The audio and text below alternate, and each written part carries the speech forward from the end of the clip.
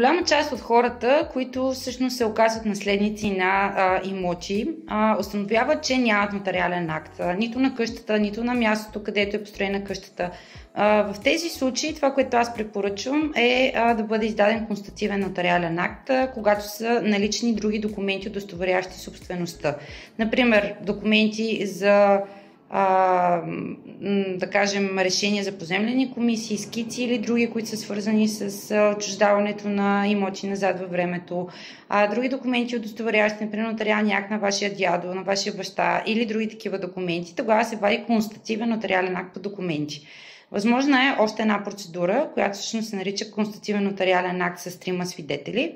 В случаите, в които са налице предпоставките за това, нотариус, местно компетентен, където се намира имота, може да издаде констативен нотариален акт по обстоятелствена проверка. Ако имате необходимост от консултация в тази връзка, не се колебайте да се свържете с мен.